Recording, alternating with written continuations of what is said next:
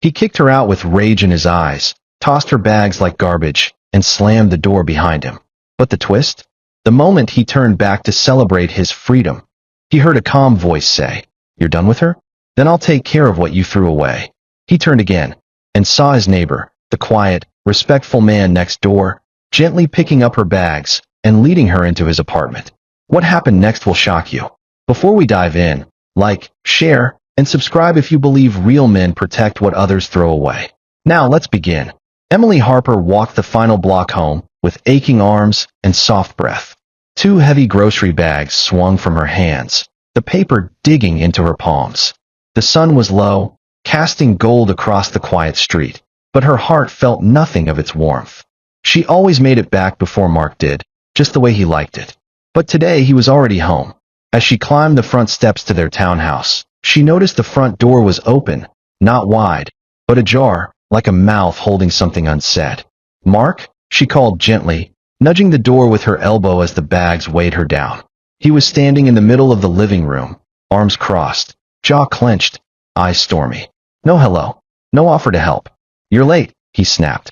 "I went to the market. They had the fresh bread you like," Emily said carefully, lifting the bag slightly with a hopeful smile. Mark scoffed. "You think I care about bread right now? You think you're doing something grand by buying groceries?" Emily's smile faded. "I work my butt off all day while you parade around like some useless house decoration," he barked. "You bring in no money, no ambition. What exactly do you bring to this marriage, Emily?" Emily's lips parted, then closed. She looked down, then up, unsure which version of Mark would surface next. There had been good days, warm days. But lately, they'd become rare as snow in summer. "I'm trying my best, Mark," she said softly. "This is our home." Mark stepped forward, voice rising. "No, it's my home. I pay the bills. I make the rules." He reached for the bags in her hand, ripped them from her grasp, and let them tumble down the stairs, oranges rolling across the sidewalk, eggs cracking on concrete. Emily stood frozen. Behind her, a neighbor's door creaked open slightly. Watching, whispering, Mark pointed toward the steps. "Take your things and get out. I'm done babysitting your dead weight." And just like that, the home she once tended like a garden had become a battlefield. But he didn't know. Someone else had been watching too. Mark didn't wait for a reply. He stormed past Emily, brushing her shoulder hard enough that she stumbled slightly. His eyes, once full of charm and promises, now held only bitterness, as though just the sight of her was enough to ruin his evening. "I said get out," he hissed. "Don't make me say it again." Emily stood there, trembling, her hands still half lifted as if unsure whether to protect herself or gather what had fallen. "Mark, please," she whispered. "Can we just talk? You're upset. I can see that, but—" He spun around so fast she flinched. "Don't patronize me," he growled. "I come home to a woman who contributes nothing. You sit around drawing, cleaning like it's some great sacrifice. I didn't marry a maid, Emily. I married a woman. Or so I thought." Tears filled her eyes, but she blinked them back. Her voice shook, but she tried to keep it even. "I've stood by you for 8 years, supported every move, forgave every outburst. And I'm tired of it," he snapped, voice rising now so the neighbors would hear.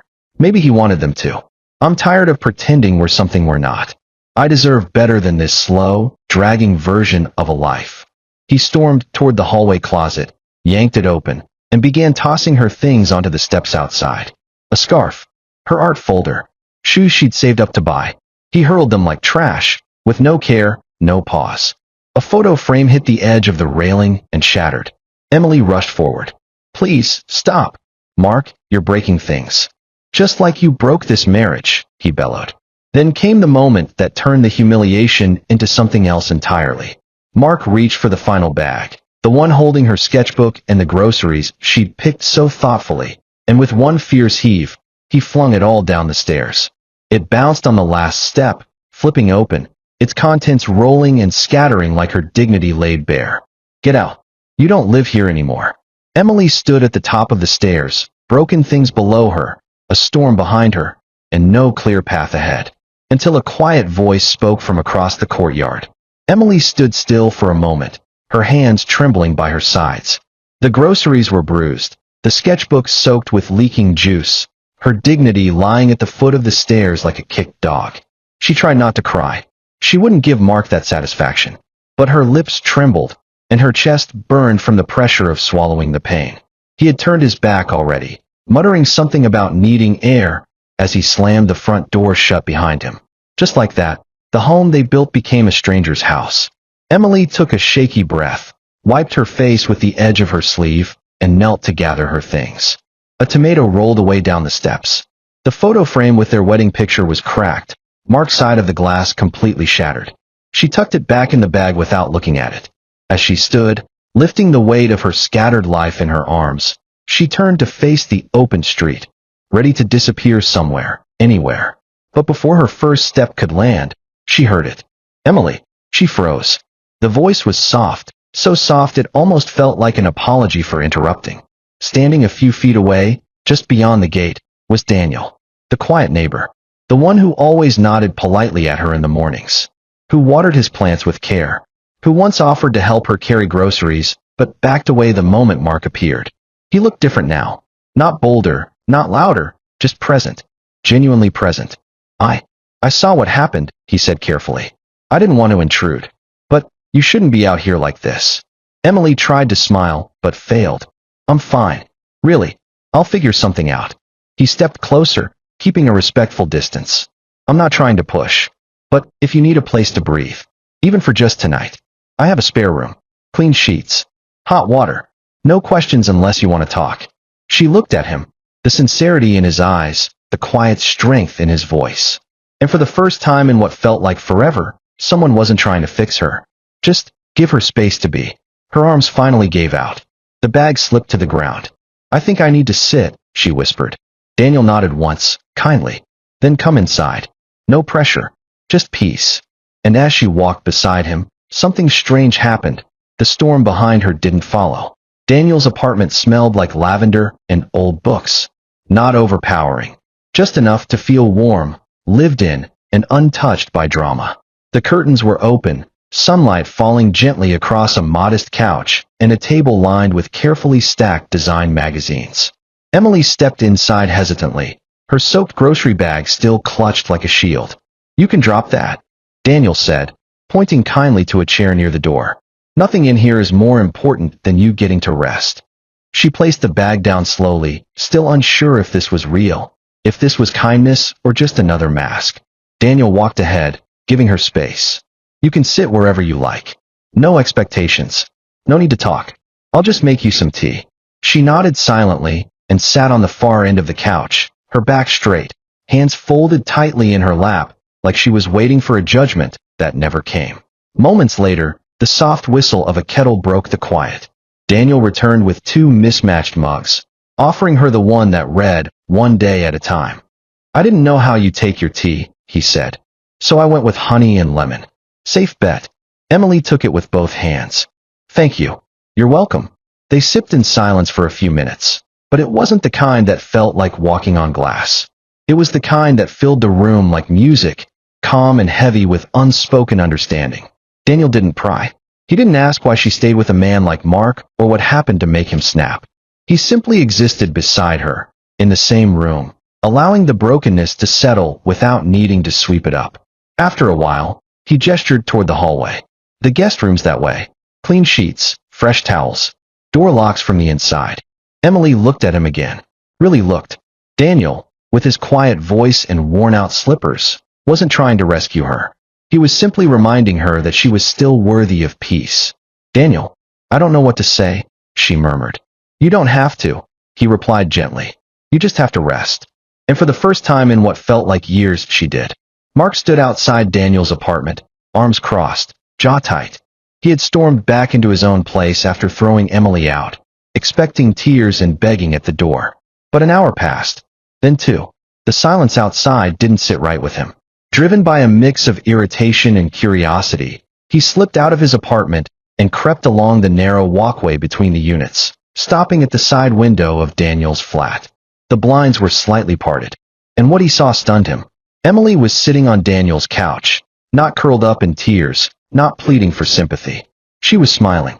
Not the kind of smile she used to force when Mark's friends were around. This one was real. Relaxed. Her shoulders were down. Her eyes were soft. Daniel was sitting across from her, mid-sentence, waving a spoon like a comedian holding a mic. And then it happened. Emily laughed. Not a polite chuckle. A genuine, hand-to-mouth, warm laugh. The kind Mark hadn't heard in years. Mark's chest tightened. He leaned closer, squinting through the glass. Daniel handed her another cup. Maybe tea, maybe something warm, and said something that made her nod slowly, almost gratefully. They looked like equals, like two people simply enjoying each other's presence. Mark recoiled from the window like it burned him. In his mind, Emily was supposed to be curled up by the stairs, broken. She was supposed to realize what she'd lost, what he allowed her to have. Instead, she was glowing in another man's light. He stomped back to his apartment, the weight of what he'd seen sinking in. Emily wasn't chasing him. She wasn't outside, begging to be let back in. No, someone had opened a different door for her, and she had walked through it. Emily sat at the edge of the guest bed, fingers gently tracing the rim of her mug. The tea had long gone cold, but she held it like an anchor, something solid in a world that had been spinning since the moment Mark hurled her bags down the stairs. Daniel stood near the doorway, not hovering, just present, steady like a lighthouse waiting for the storm to speak first. Finally, Emily exhaled. I met Mark when I was 23, she began. He was charming, confident. Said I made him feel calm, balanced. Her lips twitched at the irony. I thought that meant something. Daniel didn't interrupt. We got married a year later. I had dreams, little ones, I guess. I loved to paint, sketch interiors. I even applied to a design school once, but Mark said it was impractical. He wanted someone steady, quiet, someone who didn't chase clouds. Daniel gave a small nod, signaling he heard, not pushing, not prying. At first, I let go of things slowly. One sketchbook, then another. Eventually, I didn't recognize myself unless I was doing chores or making his meals exactly how he liked them. She paused, swallowing a tightness in her throat. I wasn't perfect, she added quickly, like a reflex. But I never lied. I never strayed. I never made him feel like less of a man. Daniel's expression didn't change, just soft eyes and listening ears. Still, somehow I became the problem, the burden. And today, her voice cracked. He didn't even raise his voice. He just threw me away like old mail. Silence wrapped the room again, but it wasn't empty. It was full of the weight she'd carried alone. Daniel finally spoke, his voice low and steady. You didn't deserve that. Emily blinked, caught off guard by the simplicity of the sentence. People who take love for granted often don't realize the worth of what they had, until someone else sees it clearly. A single tear rolled down her cheek. But she wasn't ashamed of it. She was releasing it. Thank you, she whispered. Daniel gave a small, respectful smile. Anytime. And for the first time in years, Emily felt heard. Before the yelling, before the bags on the steps, before Daniel's warm kitchen and listening silence, there was Mark's voice, constant, critical, echoing through every room Emily used to call home. The flashbacks didn't come in order. They never do. They came like broken glass, sharp, sudden, scattered. She remembered the first time she showed him her sketchbook. They had just moved into their first apartment. The walls were plain, the light too yellow. Emily had filled the space with color, soft watercolors and pencil renderings of how the living room could look. She had even drawn a corner shelf for books and a cozy nook with layered textures. Mark looked at the drawings once. Cute, he had said. But let's not waste time on fantasy. We need real plans. Emily had laughed softly, trying not to let it sting. It's just for fun. You do this stuff too much, he muttered. Daydreaming isn't a job. Over time, her daydreaming became a problem. He called her hobbies childish, called her secondhand shopping style embarrassing. Every vintage blouse or handmade trinket she picked with care became a target. You dress like you're playing pretend, he said once, tossing her favorite woven scarf into a donation pile. This isn't an art market. It's real life. When she asked for help getting into a local gallery's open call, he laughed. Emily, come on. You really think they're going to take your sketchpad seriously? You're not that kind of artist. But he was kind, publicly. Friends and neighbors thought he was the perfect gentleman. He opened doors. He smiled in group photos. He said things like, I'm so proud of my wife. She's always trying to be creative. But in private, he shut the doors. He sneered in silence when she brought up her goals. He shrugged when she showed excitement. He never said, don't do it. No, Mark had mastered something worse. He said it all, without saying anything. And Emily began to shrink.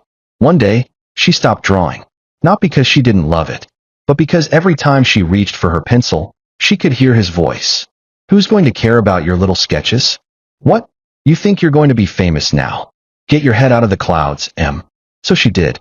She got her head out of the clouds and buried it in laundry, grocery lists, and carefully folded silence. Until the silence cracked. Until the bags hit the steps. Until the door slammed. And now she stood in Daniel's hallway, staring at herself in the mirror. No makeup. No filters. No pretending. Just Emily, the girl with the sketchbook. And for the first time in years, she didn't feel small. She felt like a seed finally touching sunlight. The sketchbook sat on Daniel's dining table for 3 days before she dared to open it. Emily stared at it like it was a stranger. Its edges were frayed, its cover smudged with old fingerprints and time. But inside it held pieces of her. Pieces she'd buried beneath years of maybe later. And what's the point? Daniel had found it while helping her unpack the small overnight bag she brought. Is this yours? He had asked, holding it gently, like it was something sacred. She nodded, embarrassed. From a long time ago. You still draw? No, she said, too quickly. Then softer. I used to. It's silly. Daniel gave her that look again. The one that wasn't filled with pity or politeness. It was pure, like he saw something valuable where others had seen dust. Mind if I look? She hesitated, but nodded. He sat down, flipped the pages slowly, carefully.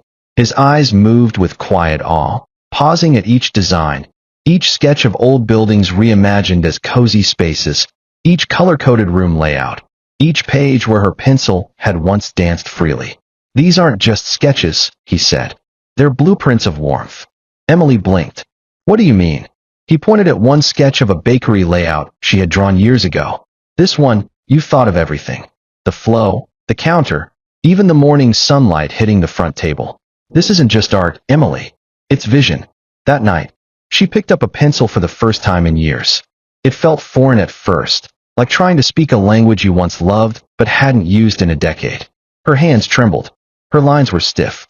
But Daniel just watched quietly, sipping tea, saying nothing, except when she sighed. Then he'd smile and say, "Keep going." She did. By the third night, her lines had life again.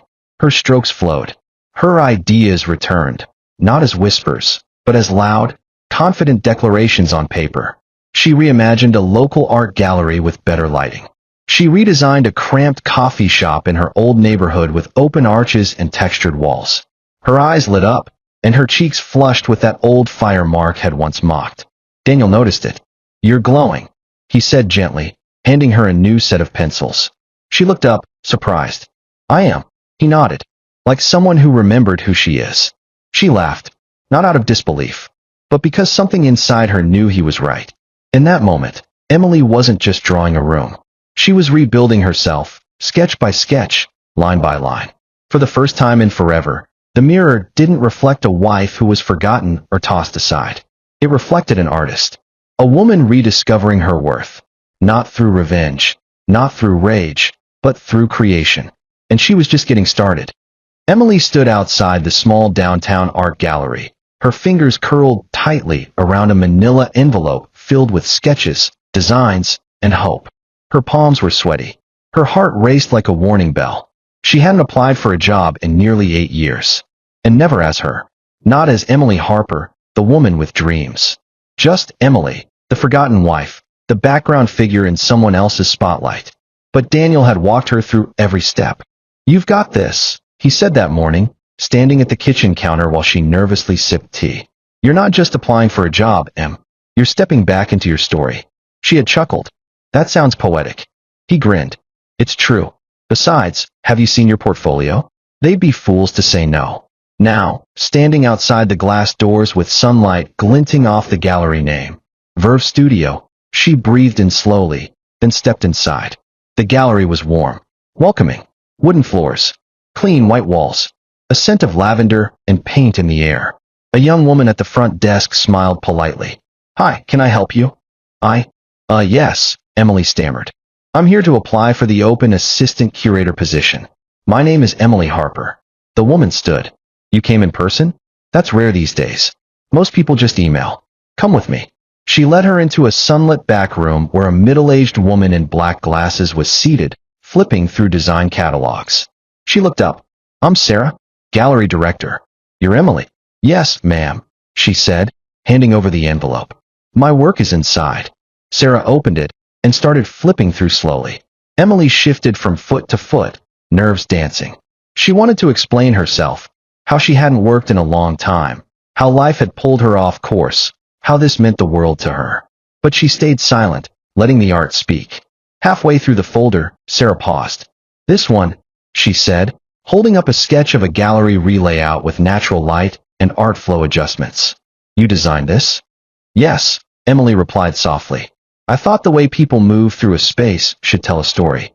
Sarah stared at her for a long second, then smiled. Not many applicants think like that.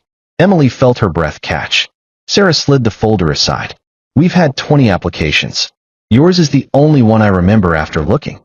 Emily blinked. Wait, does that mean? You're hired, Sarah said, standing. We'll start you part-time, but with your eye, I suspect that won't last long. Emily's eyes welled up. She pressed a hand to her lips, nodding in disbelief. Thank you. Truly. Walking out of that gallery, job offer in hand, the city looked different. Brighter. Louder. Like it had been holding its breath for her return. When she got back to Daniel's apartment, she didn't knock, just burst through the door with a tearful grin. He looked up from the table. Well, I got it, she laughed, holding up the offer letter. Daniel, they hired me. He stood, walked to her, and wrapped her in a gentle hug. I told you, he whispered. You never stopped being incredible. In that moment, Emily knew this wasn't just the start of a job. It was the start of a new version of herself. One she had buried. One she had now unearthed. And this time, she wasn't going to shrink back. Mark sat on the balcony of his townhouse, swirling the last bit of scotch in his glass. The street below was unusually active for a Wednesday. Two neighbors walked by, speaking in hushed tones, but loud enough for the words to drift up. Emily Harper. Have you seen her lately? She's glowing. Honestly, I didn't even recognize her at first. Mark's brow furrowed. He leaned forward, pretending not to listen, but every syllable stabbed through his ego. Someone said she's working now. Some fancy gallery downtown. Good for her. After what she went through, I'm glad she's finding herself. The words clung to him like a bad smell. After what she went through. The same people who used to wave politely and comment on how quiet but loyal Emily was were now talking about her with admiration. And she hadn't even been gone that long. Mark stood abruptly, knocking over the glass. It rolled and shattered on the tiled floor, a perfect echo of his pride. He went inside, slamming the sliding door behind him, pacing like a caged animal. The house was silent now, too silent. No soft humming from the kitchen. No gentle clinking of dishes. No scent of lavender and lemon from Emily's constant cleaning rituals. The emptiness made every creak louder. It wasn't supposed to be like this. She was supposed to crawl back. Apologize. Beg. But instead, she had vanished like smoke and returned like fire. His phone buzzed. A neighborhood WhatsApp group message flashed across the screen. Framed picture, congratulations to Emily Harper on her featured role in Verve Gallery's new exhibit, Art from the Ashes. You're an inspiration to many. Mark stared at the message, dumbfounded. His Emily? The woman he used to mock for sketching flowers and dream homes in tattered notebooks? The one he laughed at for being too soft to survive without him? She was not only surviving, she was rising. Later that afternoon, while driving past the local coffee shop, he spotted her through the glass. She was laughing, that quiet, genuine kind of laugh he hadn't heard in years. Sitting across from her was Daniel. Calm, confident, listening like the world had slowed down just for her. And then it hit Mark like a punch to the chest. It wasn't just her glow. It was the fact that someone else had seen it. Someone had picked up what he threw away and had treated it like gold. That night, Mark couldn't sleep. The voices outside kept whispering. The silence inside kept screaming. And for the first time, he didn't feel like the man of the house. He felt like the ghost of one. Mark stared at his phone screen, thumb hovering over her name, Emily Ring. The ring emoji he'd added years ago mocked him now. It used to mean mine. Now, it felt like a label on something he'd lost in a pawn shop. He tapped call. Once. Twice. 3 times. Each time, the same dull ringtone played, followed by silence. No voicemail. No reply. Just a void that felt colder than the night she left. Why won't she pick up? Out of frustration, or maybe panic, Mark decided to visit someone who always knew her well. Rachel, Emily's college friend. He drove across town and parked in front of the quaint little flower shop Rachel owned. A soft bell chimed as he stepped inside. The smell of fresh roses and eucalyptus filled the air, a scent Emily used to bring home in tiny bouquets when money was tight. Rachel looked up from the counter and froze. Her smile dropped. Mark. Flat. Guarded. Hi. I was wondering if you've heard from Emily.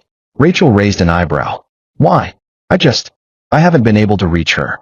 She placed a bouquet on the wrapping table with deliberate care. That's surprising. You didn't seem interested in reaching her when you threw her out like trash.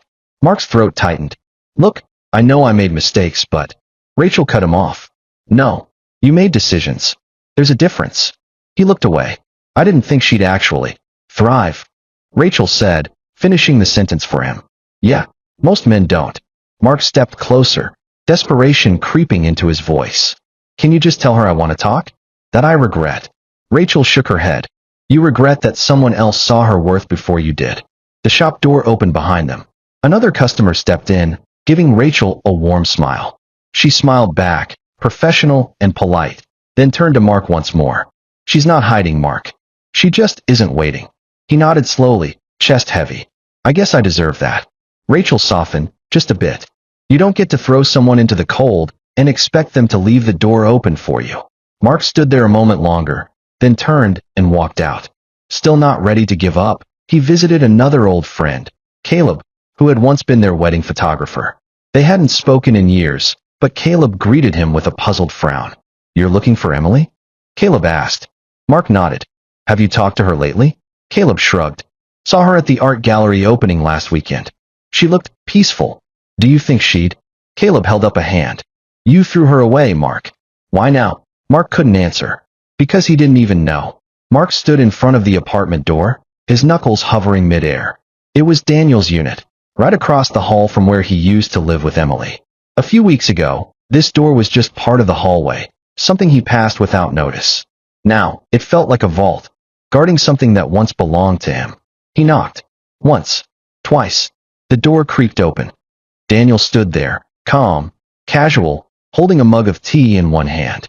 He didn't look surprised. He didn't look angry. He just looked steady. Mark cleared his throat. Is Emily here? Daniel raised an eyebrow. No, she's not. Mark tried to look over his shoulder into the apartment. Can I come in and wait? Daniel didn't move. She won't be back. Mark blinked. What do you mean? Daniel sighed and leaned against the doorframe. You didn't notice it when you were with her, but Emily. She shines when she's not walking on eggshells. Mark's face tightened. You think I don't know that now? I think, Daniel said gently. You only started looking once she left your shadow. Mark's eyes flickered. I made mistakes. She didn't need perfect, Daniel replied. She needed peace. There was a long silence between them, one that felt heavy, but not hostile. Mark looked down at the welcome mat. It had tiny paint stains. He recognized the colors. Emily had been painting again. He swallowed. I didn't come here to fight. Daniel nodded. Then don't. Let her go. Mark looked up. His voice cracked. But I still love her. Daniel's gaze was unflinching. Love isn't loud, Mark. It's not yelling down staircases or tossing someone's life into the street. It's listening. It's staying. It's making room. Mark's fists clenched at his sides. So what are you? Her savior. Daniel shook his head. No. Just the man who opened the door when you slammed it. Mark didn't have a reply. Daniel stepped back slightly, his tone firm but respectful. You can keep knocking all you want. But this time, the door isn't yours to open.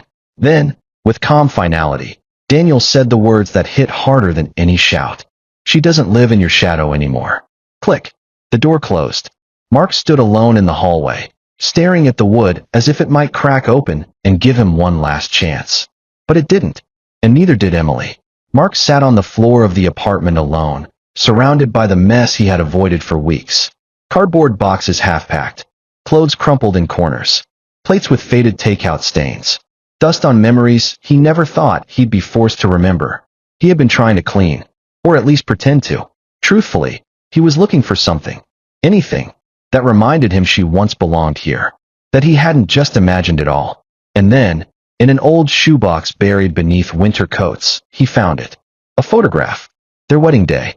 Emily's smile was soft and unsure in the picture, but beautiful. She wore a simple white dress with tiny floral lace at the shoulder. He remembered how she had sewn that detail herself, saying she wanted something that felt like her. Mark swallowed hard. They stood under a tree that day, with sunlight dappling through the leaves. His hand was on her back, her head tilted just slightly into him. He stared at the image for a long time, his fingers tracing the curve of her cheek. Then he turned the photo over, and froze. Scrawled in her delicate handwriting, in faded black ink, were the words, "I was never perfect, but I was always loyal. You didn't lose me. You left me." Mark's chest tightened. He sank back against the wall, the air in the room suddenly too heavy. He had tossed her out as if she were replaceable, as if love could be dismissed with a raised voice and slammed door. But she hadn't slammed the door. She had left it with dignity. Now, her absence echoed louder than any argument ever did. And the truth was etched on the back of a photo he never took the time to frame. Mark held it close, his eyes burning, not from dust, but from the weight of those 4 lines. "You didn't lose me. You left me." And in that moment, he realized he hadn't just lost Emily. He had abandoned the only version of himself that had ever been worthy of her. The gallery buzzed with life that evening. Soft jazz music floated in the air, mingling with the clinking of wine glasses and the rustle of silk dresses. Lights danced across framed canvases, each painting a story told in color, depth, and pain transformed into power. Emily stood quietly at the far end of the room, fingers gently curled around a flute of sparkling water. Her once muted spirit now radiated in every brushstroke on the wall. The woman beside her was not a stranger, it was her. Fully seen, fully bloomed. Daniel walked over, pride gleaming in his eyes. "They're all talking about you, you know." Emily smiled softly, brushing a strand of hair behind her ear. "It feels strange, hearing people call my work brave." He tilted his head. "It is. But more than that, it's honest. You didn't just paint with colors, Emily. You painted with your scars." At the center of the exhibit stood her largest piece, an abstract of a woman made of broken mirror shards, holding her own reflection with both fear and reverence. The title card beneath it read, "Reconstruction." A hush fell over the crowd as the curator stepped up to the small podium. "Tonight, we honor a voice that didn't scream for attention, but whispered truth until the world leaned in to listen," she said. "Please welcome Emily Harper, the artist who chose herself." Applause rose. Cameras flashed. Emily's eyes glistened, but she didn't step back. She walked forward, confident, poised. The crowd parted like waves, and Daniel stayed just a few steps behind, not to overshadow, but to witness. As she reached the mic, her voice was clear. "I didn't paint these pieces because I was strong. I painted them because I was broken, and healing became the art." In the back corner, behind a pillar, Mark stood unnoticed, hands in his pockets, eyes hollow. He watched her with a tight throat. The woman he once dismissed now stood under lights too bright for his shadow to touch. She didn't glance his way. She didn't need to, because for the first time in a long time, Emily Harper belonged to herself. Mark stood at the edge of the crowd, near the exit, half concealed by a velvet curtain. The gallery lights were soft and golden, casting a warm glow across the room, but none of it touched him. He didn't belong in that light anymore. From his corner, he watched Emily move through the exhibit with grace he'd never truly seen before. Or maybe, he'd just never taken the time to look. His eyes traced every proud smile she gave as guests complimented her work, every small nod of gratitude as people stopped to photograph her art. But what tore at him most wasn't what she had become. It was that she had become it without him. His vision blurred as she walked past a large canvas, a swirling mix of reds and grays titled Unanswered. He remembered that color. It was the dress she wore the night he first told her she was too much. The gray? The color of the wall she leaned on when she cried quietly, thinking he didn't notice. He noticed. He just didn't care then. Mark's jaw clenched, a lump rising in his throat. He had imagined this night so many times, but in those fantasies, he was the man beside her. The proud husband. The protector. The one she painted for. But now, she stood with another man. Daniel. Daniel clapped proudly as Emily took the stage. He looked at her like she was a sunrise he got to wake up to. Like she wasn't just enough, but everything. Mark swallowed hard. His hands trembled in his coat pockets as the applause rose around him. For a woman he once tossed out like yesterday's paper, now the world held her like treasure. He turned to leave, but paused for a final glance. Emily was smiling, radiant, content, and in that moment, he saw it clearly. He hadn't just lost her. He had thrown her away, and someone else had picked her up, not to possess, but to protect. As he stepped outside into the cold night, the door clicked shut behind him, a soft sound, but it echoed like a final sentence.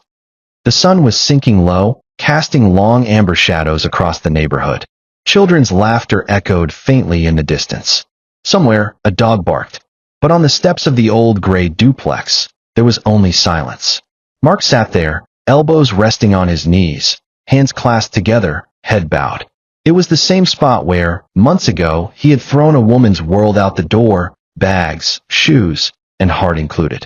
He remembered the crack of her perfume bottle hitting the pavement. The way her eyes didn't fight back, just absorbed the pain like she always had. Now, there was nothing to throw, and no one left to throw away. His phone buzzed beside him on the step. Another update from social media. Emily Harper featured in Vogue's Rising Artist Spotlight. He didn't open it. He didn't need to. He had already seen enough. She was gone. Not missing. Not stolen. Gone, because he let her go. Mark looked up at the street. A woman passed with groceries, and for half a second, he imagined it was her. But it wasn't. It never was. No more warm voice calling, "I'm home." No more soft humming while she cooked something simple and sweet. No more second chances. Just dusk, a cracked step beneath him, and the ghost of a choice he could never take back. His throat tightened as the porch light flickered on, though no one was coming. A quiet flicker, for no one. Mark ran a hand through his unkempt hair, staring ahead at nothing, hoping maybe, just maybe, she'd come walking up that sidewalk again. But all that came was the wind. And a lesson. You never know the worth of gentle love, until you're left alone with your loud pride. Once upon a quiet street, there lived a man who thought strength meant silence, and that love was his to command. He married a gentle woman, not for her fire, but for her quiet, not for her strength, but for her patience. And when her presence became too familiar, he mistook it for weakness. So, one day, in a storm of pride, he threw her out. Her bags, her dignity, her loyalty, all tossed to the concrete like clutter. But the world, as it often does, had its own rhythm. Because just across the hall lived a man who didn't shout to be heard. A man who opened his door, not to rescue, but to respect. While Mark sat satisfied in an empty room, Daniel was listening, and Emily was rising. The woman who was once mocked for her dreams now painted visions that touched hearts across the city. The woman who once shrank to fit a man's pride now stood tall beneath her own name. Emily Harper, the artist who chose herself. And the man who once called her a burden? He sat alone, on the same steps, with no one to blame, except the echo of his own decisions. The neighbors had forgotten his insults. The world had moved on. But regret? Regret stayed. Because some women don't scream, don't break, don't beg. Some women simply walk away and become everything you swore they'd never be.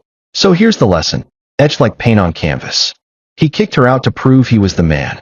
But the real man opened his door, not to save her, but to remind her she was never broken. Some women don't need revenge. They just need a witness to their worth.